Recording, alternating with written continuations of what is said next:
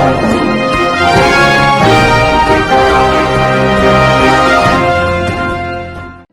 દર્શક મિત્રો, આપ જોઈ રહ્યા છો મુંબઈ તરંગ ન્યૂઝ. હું છું એન્કર અર્પિતા પટેલ. હવે જોઈએ અગત્યના સમાચાર. રાજકોટ શહેરના કોઠાડીયા રોડ પર કોઠાડીયા પોલીસ ચોકી પાસે આવેલ ફોરમ ક્લિનિક ડોક્ટર હિનાબેન પટેલ કે જે અવારનવાર વિવાદોમાં આવ્યા છે, ત્યારે આજે ફરી એક વખત વિવાદ આવ્યો છે સામે.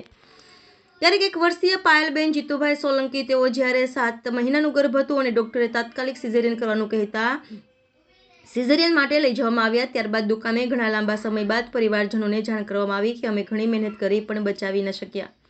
રિપોર્ટર રોનક ચરણદાસ, મુંબઈ તરંગ ન્યૂઝ, રાજકોટ.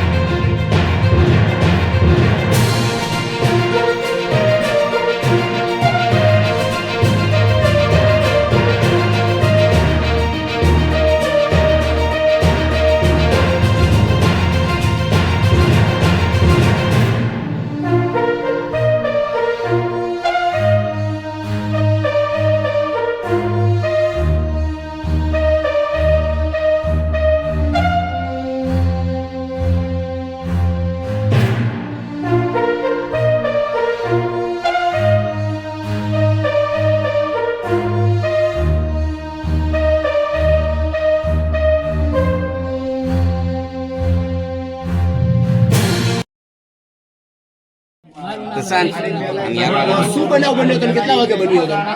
બનાવ બન્યો છે 8:30 પછી. 8:30. શું થયું હતું? તમને ક્યારે ખબર પડી? મને તો હું તો અહીંયા 6 વાગ્યાનો હતો.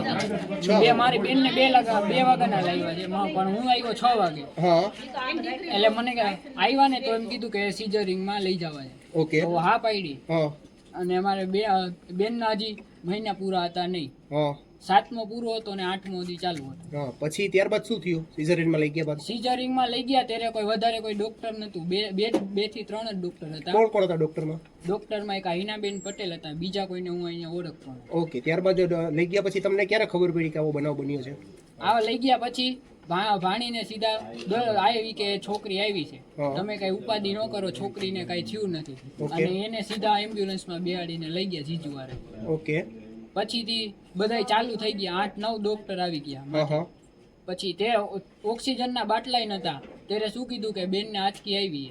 ઓકે. પછી ઓક્સિજનના બાટલાય છેલ્લે કલાક પછી આવ્યા. ઓકે. એમ્બ્યુલન્સ ને પાછા તો અમને શું કહી કે તમને અમે કહેતા હતા સિવિલમાં કે અમને કાંઈ કીધું નથી, અમને એમ કે બેનને કાંઈ નથી, સારું જ છે. પેલા કોઈથી બેનને આંચકી આવી હતી? બેનને કાંઈ તકલીફ જ નથી. ઓકે. તો તમને આ જાણ ક્યારે કરી આવું બનાવ બન્યો એનો? છેલ્લે. તો હવે કેટલા વાગે? ખાસ 1.5 કલાક મૈથા અંદર ને અંદર. પછી છેલ્લે એનેથી હવે એમ થઈ ગયું કે હવે આપની ને આપણા પરિવારજનોની શું માંગ છે? ખાસ કાંઈ નહીં, મારી 2 બેનને આ થયું તો આ પેલો બનાવ નથી. અહીંયા બધા કહી છે 3-4 વખત આ બનાવ બની ગયો. તો આ કાયદેસરની કાર્યવાહી જોઈએ. અત્યારે તમારા પરિવારજનો ની સાથે વાત કર્યા બધા બોડી સ્વીકારવાનો છો કે શું છે, કઈ રીતે છે? બોડી તો ન્યાય મળી જાય પછી બોડીની વાત છે. ઓકે.